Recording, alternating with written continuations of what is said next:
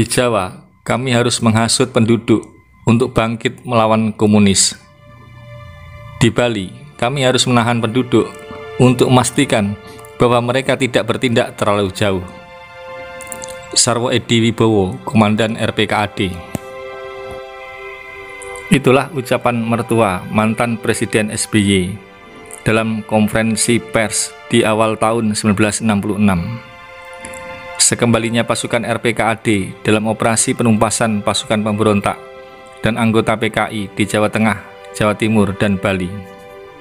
Ini menjelaskan salah satu sejarah paling kelam dalam perjalanan bangsa Indonesia yang tak pernah ditulis dalam sejarah anak-anak kita di sekolah, yakni konflik berdarah antar anak bangsa yang berujung pembantaian yang dianggap komunis pasca pemberontakan G30S PKI yang gagal.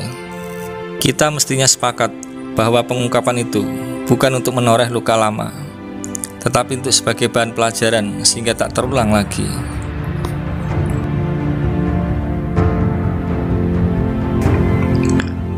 Pada tahun 1989, Sarwo Edi mengatakan kepada anggota DPR bahwa 3 juta orang tewas dalam pertumpahan darah di tahun 1965-1966 pasca peristiwa G30S PKI.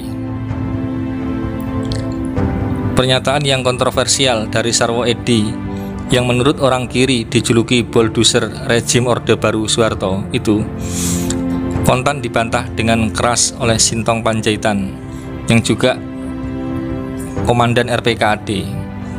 Menurut Sintong, Sarwo Edi telah mengada-ada dan itu semata karena kecewa pada Soeharto yang telah menyingkirkannya. Sementara menurut laporan The Economist London, berdasarkan ilmuwan Indonesia mengemukakan bahwa 100.000 orang tewas dalam hitungan bulan Desember 1965 hingga Februari 1966. Sedang menurut Komisi Pencari Fakta yang dibentuk Presiden Soekarno setelah maraknya terjadi aksi berdarah pasca G30S 1965 menyebutkan setidaknya 78.500 orang. Tapi Oi Cutat, Menteri Negara zaman Bung Karno yang menjadi salah satu ketua tim, justru meragukan penemuan itu. Ia menyebut angka itu terlalu dikecilkan.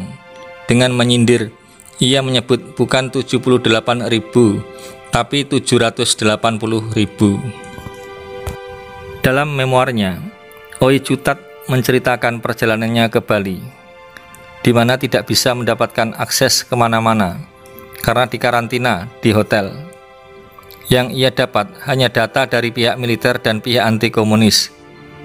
Namun akhirnya ia bisa diselundupkan suatu malam dengan melewati dapur untuk bertemu sumber-sumber penyelidikan. Dari situ, ia mengetahui nasib ketua PKI, I Gede Puger dan anak istrinya yang mati mengenaskan. Bahkan Gubernur Bali, Anak Agung Bagus Suteja yang berafiliasi ke PKI juga hilang tanpa bekas. Suatu saat, setelah laporan Komisi Pencari Fakta selesai, Oi Cutat dipanggil Bung Karno secara sembunyi-bunyi. "Sini sebentar, berapa angka sesungguhnya?" tanya Bung Karno. "Loh, kan ada rilisnya Pak, sekitar 78 ribuan. "Sudahlah, saya tidak percaya," sergah Bung Karno.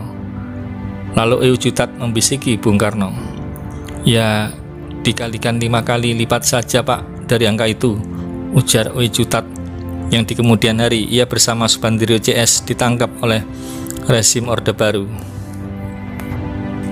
Namun anehnya, lembaga Kopkamtib yang dibentuk Orde Baru dalam laporannya malah menyebutkan angka hampir 1 jutaan jiwa dengan perincian 800.000 di Jawa dan 100.000 di Bali dan 100.000 di Sumatera. Soal jumlah korban memang tak ada yang pasti. Menurut laporan Dinas Intelijen Amerika CIA yang diterima Wakil Presiden Amerika Serikat Hubert A. Humphrey, jumlah korban diperkirakan mencapai 300.000 hingga 400.000 jiwa. Tapi angka itu kemudian digenapi menjadi 500.000 jiwa atas inisiatif Amerika sendiri. Peran Amerika dalam pemberantasan PKI diakui sendiri oleh Duta Besar Amerika Marshall Green, terutama di Jawa.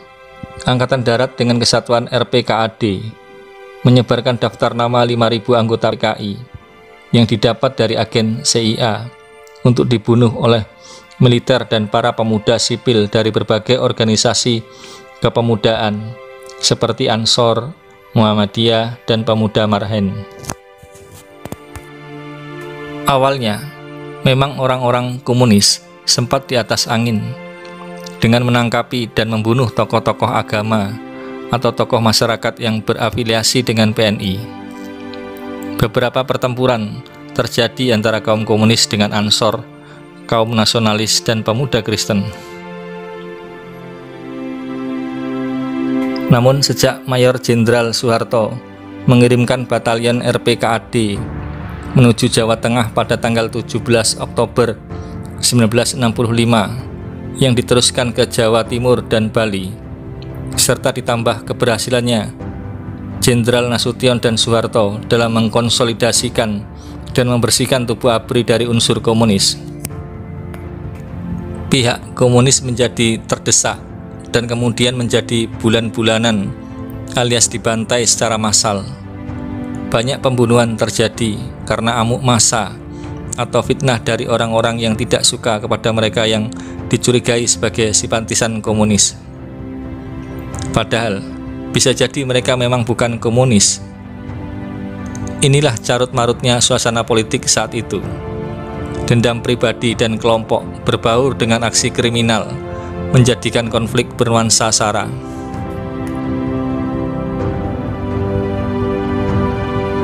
Traumatik peristiwa Madiun 1948 ditambah ekspos aksi kejam kisah penyiksaan para jenderal di Lubang Buaya menjadikan bak bara api disiram minyak sehingga menjadi energi aksi balas dendam massa.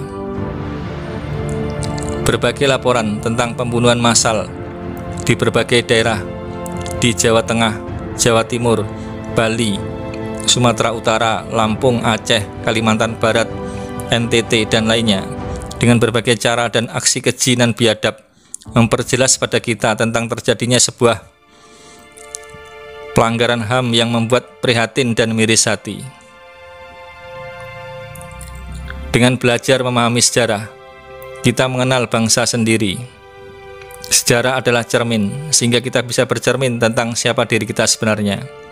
Tentu saja kita berharap kita bukan bangsa pendendam. Sekian, terima kasih.